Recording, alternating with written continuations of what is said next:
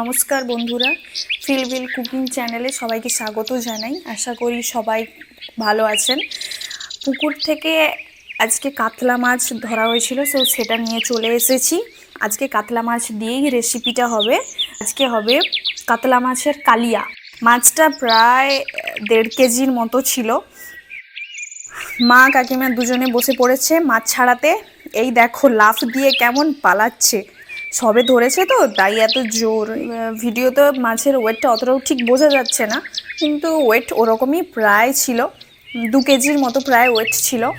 সামনে থেকে আমি দেখছি তো খুব বড় মনে হয়েছিল। যাই হোক, কাকিমা এখানে চামচ দিয়ে আঁশ ছাড়াচ্ছে।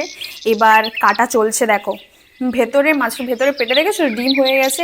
এই সময়টা বেশিরভাগ মাছের পেটেই ডিম হয়। তো তোমরা শেষ পর্যন্ত দেখতে থেকো আর সঙ্গে থেকো। আর ভিডিওটা ভালো লাগলে লাইক, কমেন্ট, শেয়ার করতে ভুলো না।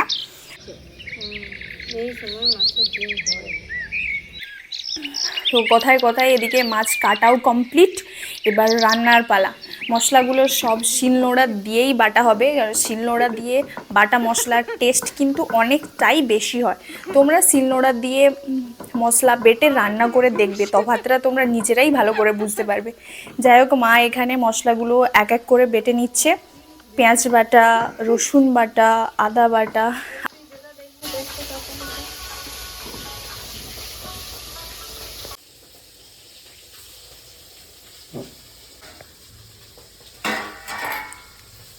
তো বাটার পর্ব এখানে শেষ। এবার চলো রান্নার দিকে। তো প্রথমে কড়াটা বসিয়ে নিচ্ছি তাপে। তো কড়াটা একটু গরম করে নিচ্ছি। এরপর 1 টেবিল চামচ আমি এখানে সানফ্লাওয়ার অয়েল ইউজ করছি। তোমরা চাইলে সর্ষের তেল ব্যবহার করতে পারো, যে যে তেল খেতে পছন্দ করো সেই তেলই ব্যবহার করতে পারো, কোনো সমস্যা নেই। তো সানফ্লাওয়ার অয়েল নিয়ে নিচ্ছি। এতে দিয়ে দিচ্ছি গোটা গরম মশলা। আমি একটু কমই গরম মশলা পছন্দ করি, সেই জন্য একটু কম নিয়ে নিয়েছি। তো তোমরা যে চাইলে আর একটু বেশিও দিতে পারো। গরম মশলা একটু নাড়িয়ে নিচ্ছি যাতে গরম মশলার সেন্টটা বের হয়। এবার দেখছি গরম মশলাটা একটু বেশ ভাজা ভাজা মতো হয়ে এসেছে, আর সেন্টটাও অনেকটাই বেরাচ্ছে দেখতে পাচ্ছি।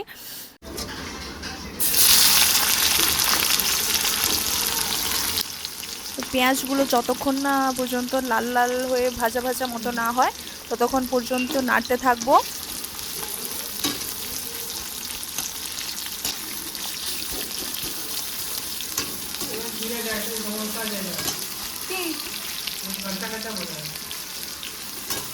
ভাত দিয়ে মেখে খা, কাঁচাই তো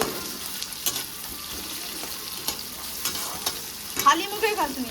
তো এখানে দেখতেই পাচ্ছ পেঁয়াজগুলো প্রায় ভাজা ভাজা হয়ে এসেছে, আর কালারটা অনেকটাই চেঞ্জ হয়ে আছে। দিয়ে দিচ্ছি 1 চা চামচ রসুন বাটা। রসুনটা একটু কষিয়ে নিচ্ছি যতক্ষণ কাঁচা ভাবটা না যায়। এখানে আমি 8 পিস কাতলা মাছ নিয়েছি, তো সেটা অনুযায়ী মশলাগুলো সব নেওয়া হচ্ছে। এটা 8 পিসের কাতলা মাছের অনুযায়ী সব মশলাগুলোর কোয়ান্টিটি ছিল। এবার এতে 1 চা চামচ আদা বাটা নিয়ে নিচ্ছি। ভালো করে নাড়িয়ে নিচ্ছি। তোমরা মশলাগুলো যত ভালো করে কষাবে দেখবে রান্নার টেস্ট ততই ভালো হয়। তো আমি সেই জন্য এটাকে ভালো করে সময় নিয়েই কষাচ্ছি। বেশি করে দিয়ে দাও, ওই রকমই খুঁড়া খুঁড়া তুলতে মাথা গরম হচ্ছে।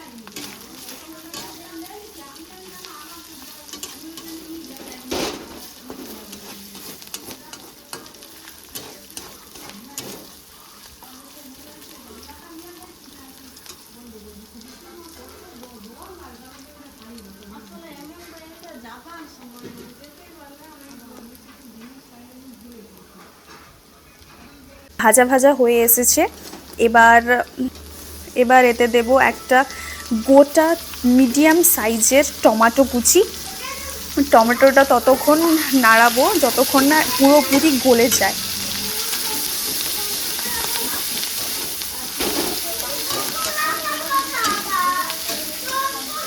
তো এবার দেখতে পাচ্ছ পুরোপুরি ভালোভাবে গলে গেছে, গোলা গোলা মতো ভালোভাবে হয়েছে, আর পেস্টটা অনেকটাও মিহি হয়েছে। এবার দেব 1 চা চামচ হলুদ গুঁড়ো, 1 চা চামচ জিরে গুঁড়ো, 1 চা চামচ লঙ্কার গুঁড়ো আর স্বাদ মতো নুন। ঝালটা তোমরা যেমন খেতে পছন্দ করো সেরকম অনুযায়ী দিতে পারো। মশলাটাকে একটু ভালো করে কষিয়ে নিতে হবে।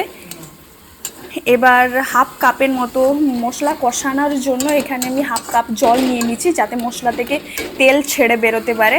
তো হাফ কাপ মতো জল ঢেলে দিচ্ছি।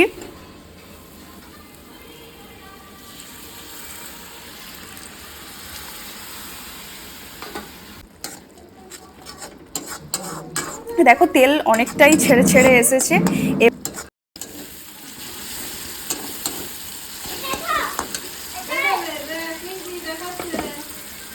হ্যাঁ হ্যাঁ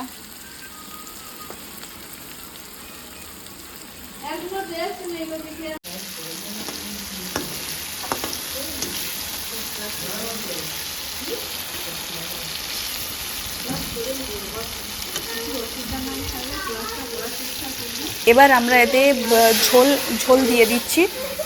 এবার ভালো করে খুন্তি দিয়ে নাড়িয়ে নিচ্ছি। নাড়ানোর পরে জলটাকে কিছু সময় ফুটতে দেবো, যাতে একটু ঘন হয়। ফুটে এসেছে, দেখো ভালো করে ঢাকা দিয়ে দিয়েছিলাম। এবার ঝোলটা অনেকটাই ফুটে এসেছে। এবার মাছ, তো দেখো আমরা মাছগুলো এক এক করে দিয়ে দিচ্ছি। কিছুক্ষণ ঢাকা দিয়ে ফুটিয়ে নেব।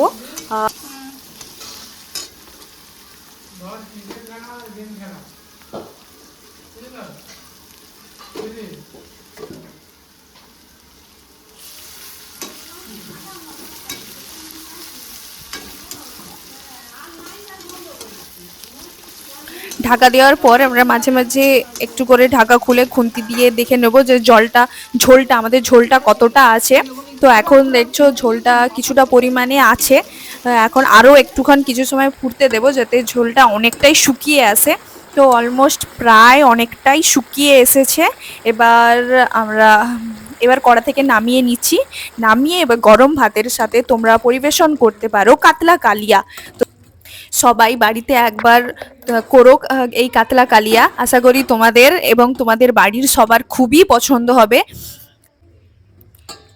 তো আজকের পর্যন্ত এই এতটাই। দেখা হচ্ছে পরের কোনো রেসিপি নিয়ে। তোমরা ভালো থেকো, সুস্থ থেকো, সাবধানে থেকো।